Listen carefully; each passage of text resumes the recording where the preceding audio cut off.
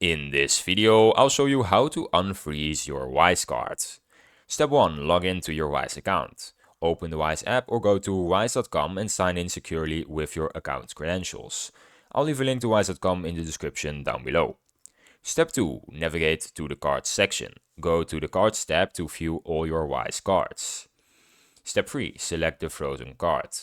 Choose the Wise card that is currently frozen from the list. Step 4. Click on Unfreeze card. Tap or click the Unfreeze card button next to your frozen card. Step 5. Verify your identity if prompted. Complete any required security verification such as entering your password or a code. Step 6. Confirm your card status change. You will see your card status updated to active and now you can use your Wise card normally. This card status will be updated immediately. Now I have some tips and troubleshooting for you. If your card remains frozen or you encounter issues, contact Wise support promptly. Monitor recent transactions for any suspicious activity before unfreezing.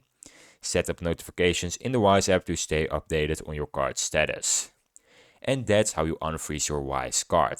It is now active. If you found this video helpful, please subscribe, and if you have any questions you can leave them in the comments and I'll try to help you out.